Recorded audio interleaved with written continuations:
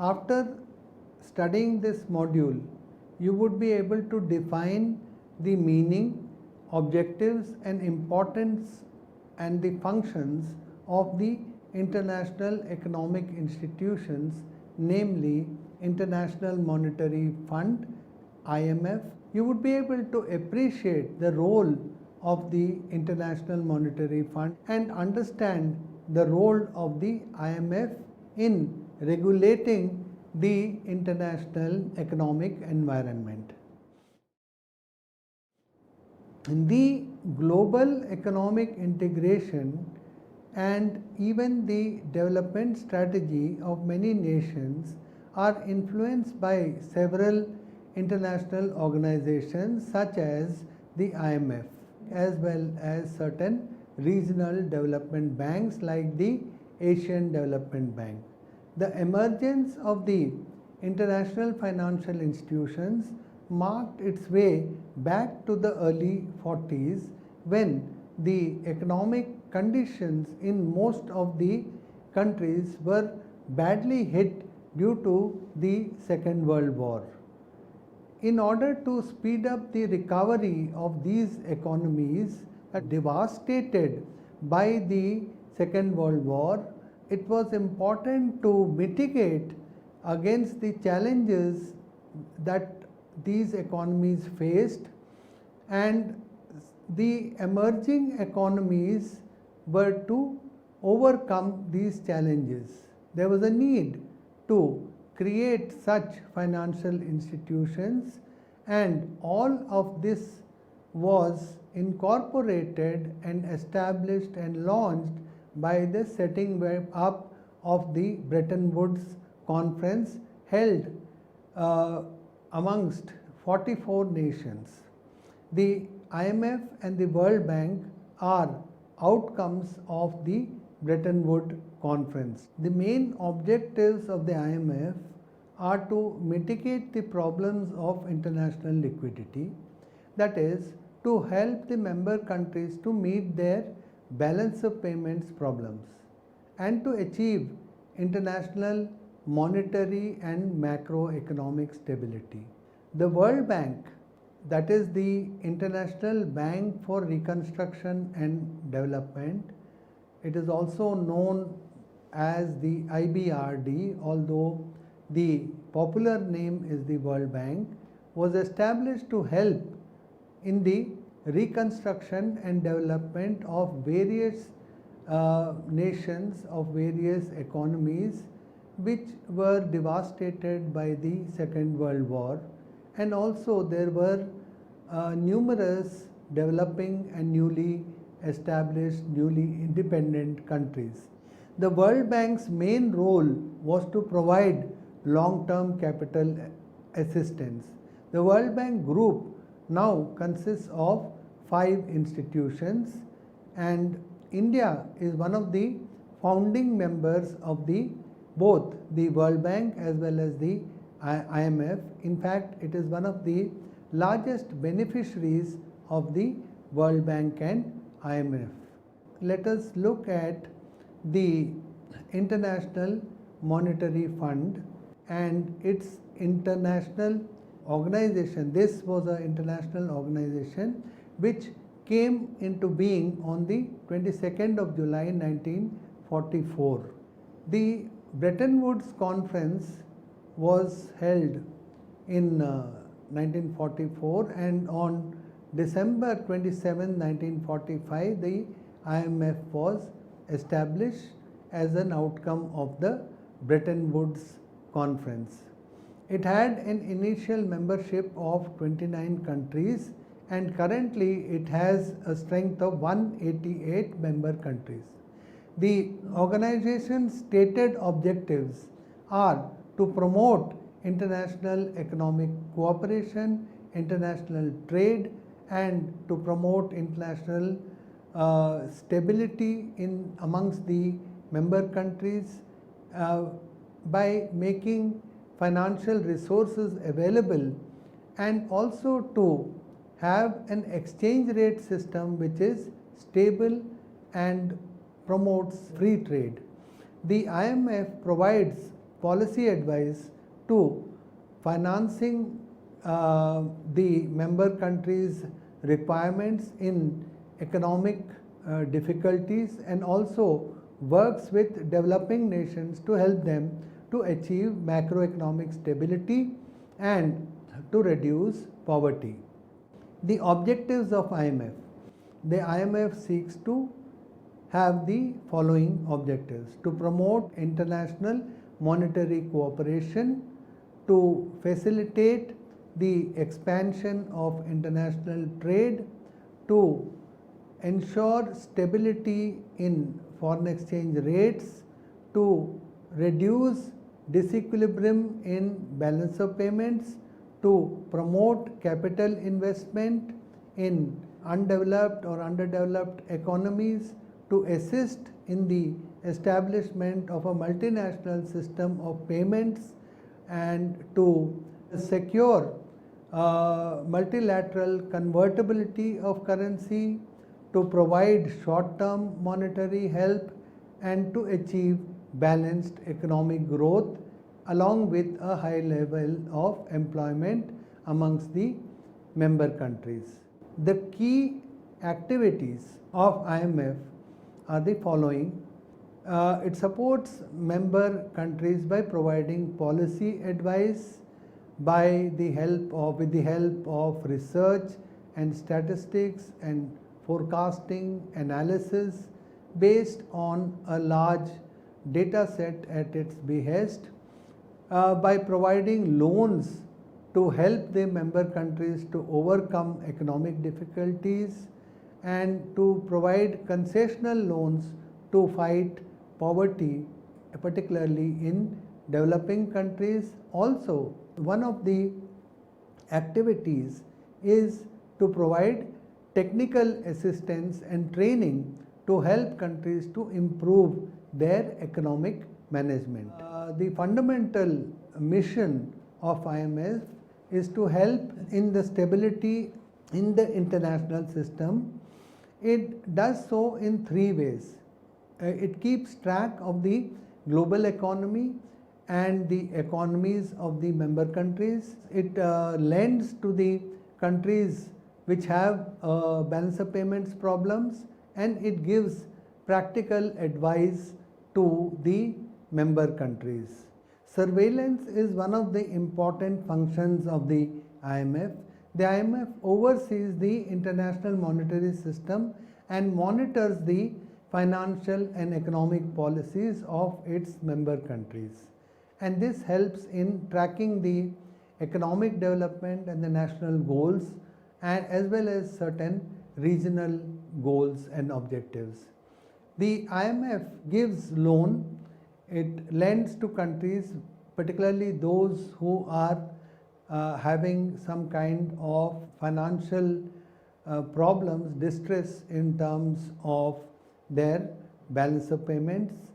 And then, as has been earlier mentioned, it gives technical assistance mainly to the low and middle income countries in effective management of their economies.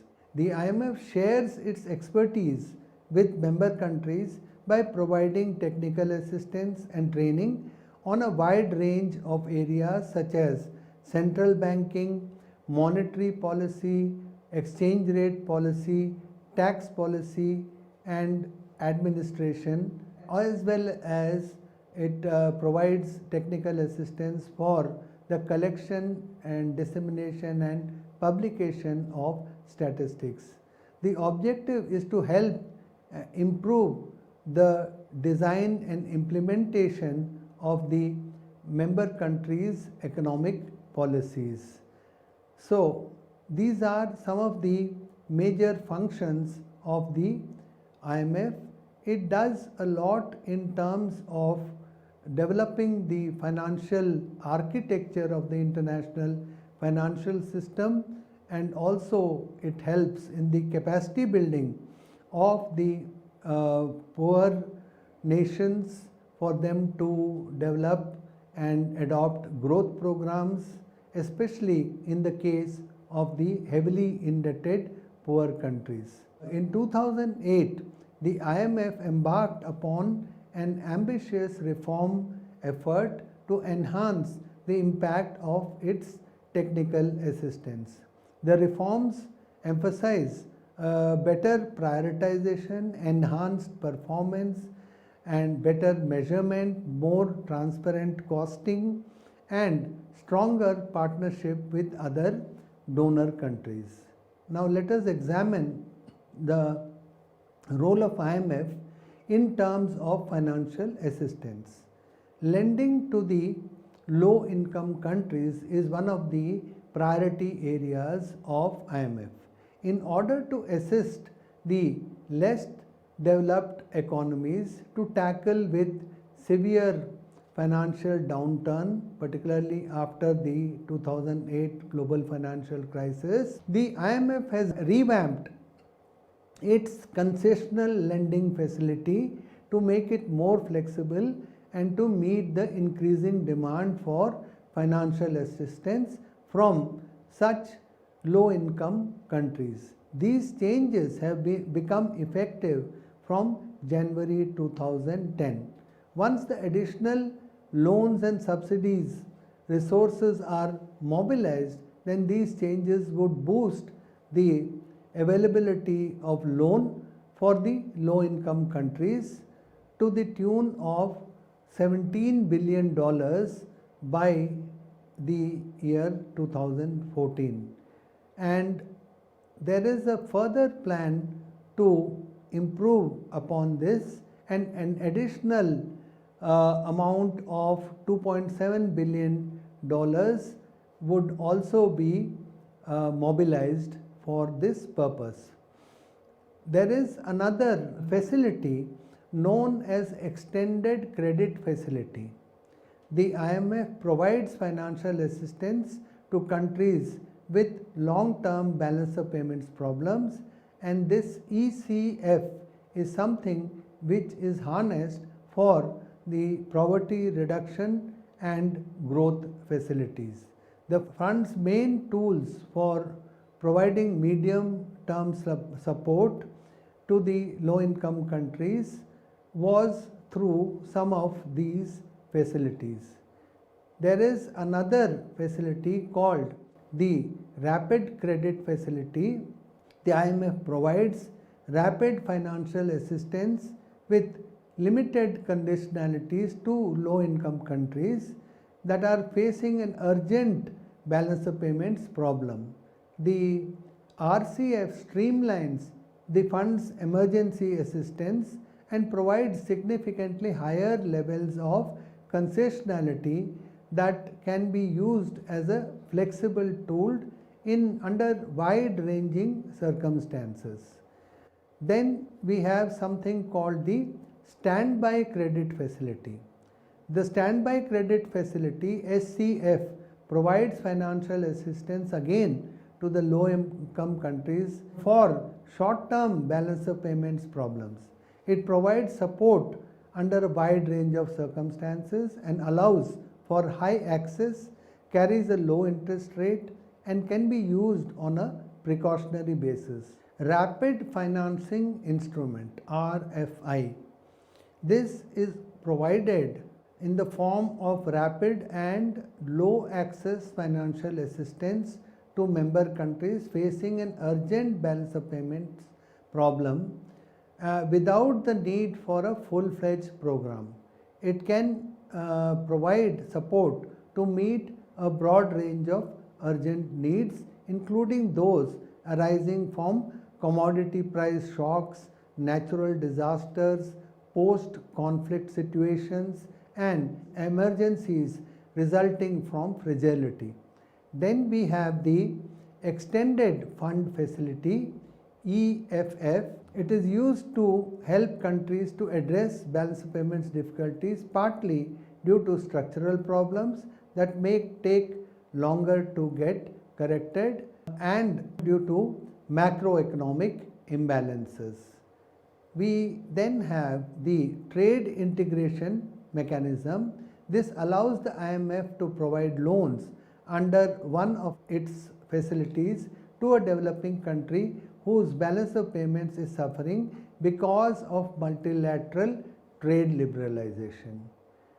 Another scheme or another kind of assistance is the Flexible Credit Line FCL. It is for countries with strong fundamentals, policies and a good track record of policy implementation. This in fact represents a significant shift on how the IMF delivers funds and financial assistance, particularly with the recent enhancements, and it has gone on for some time. Apart from all of these, there is another facility which is known as the Precautionary and Liquidity Line PLL.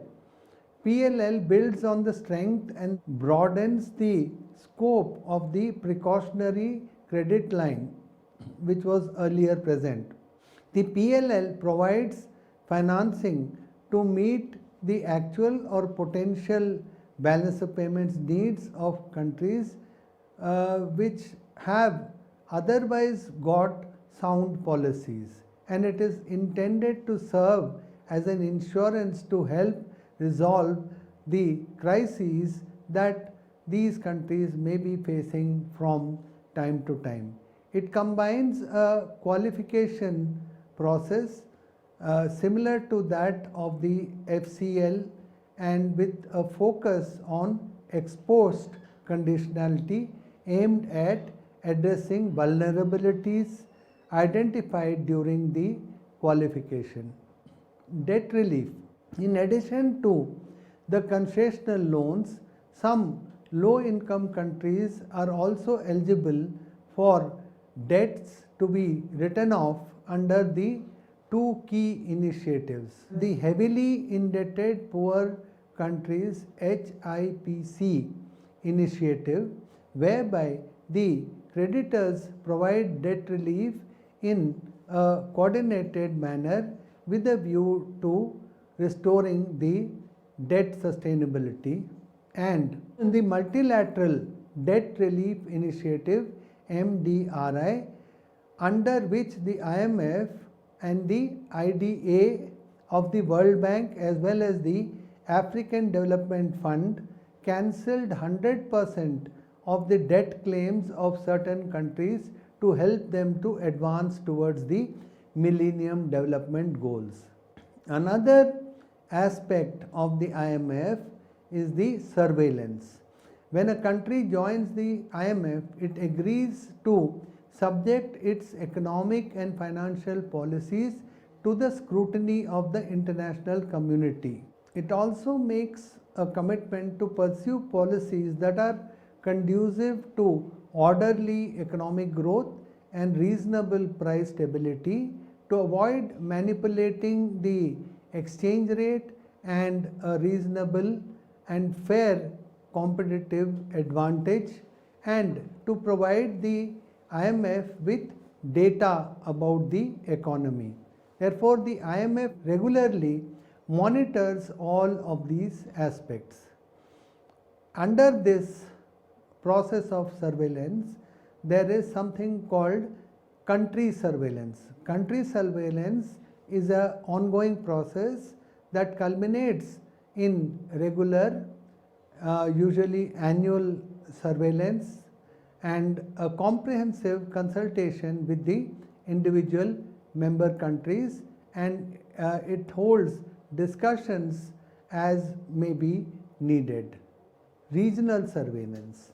Regional surveillance involves the examination by the IMF of policies pursued under the currency unions, including the Euro area, the West African Economic and Monetary Union, the Central African Economic and Monetary Union, the Eastern Caribbean Currency Union, and so on.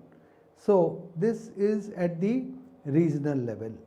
So we have the country level, we have the regional level, and now global surveillance.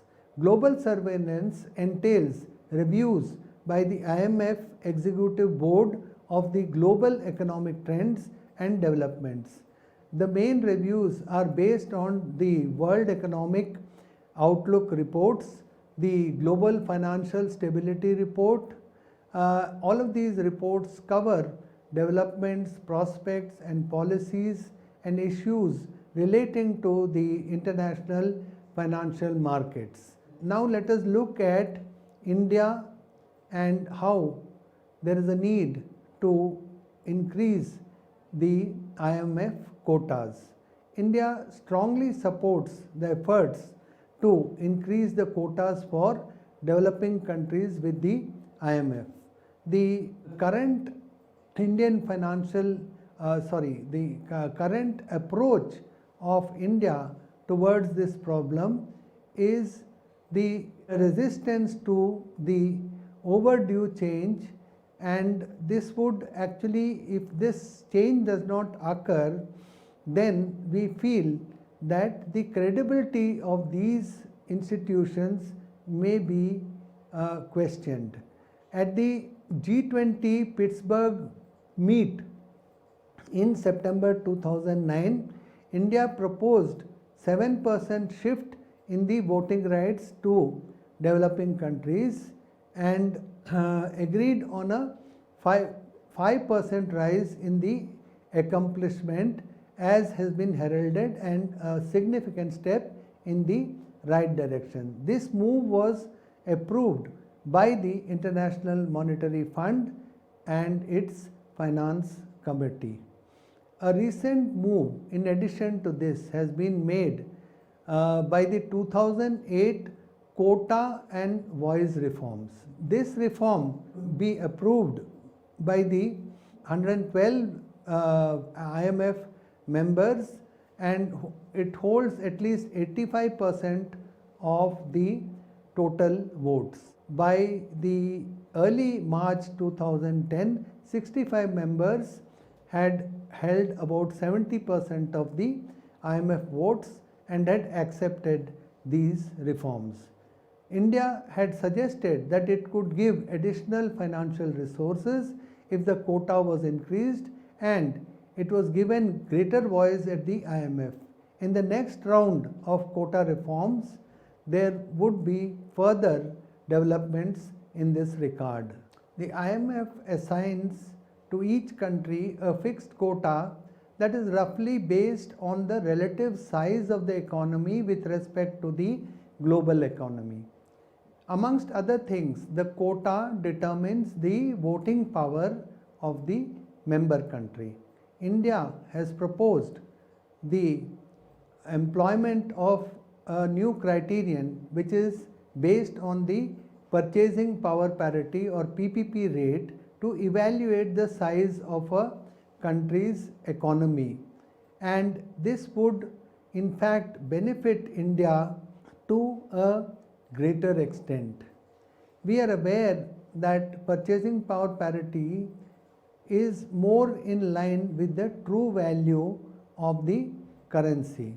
Currently, the IMF uses what is known as the market exchange rate. Currently, the IMF uses what is known as the market exchange rate to evaluate the member country's economic size. The use of PPP would enable the allocation of a larger share of the global economy to the developing countries, and therefore their quotas would increase, and this would give greater power of these quotas to the developing countries.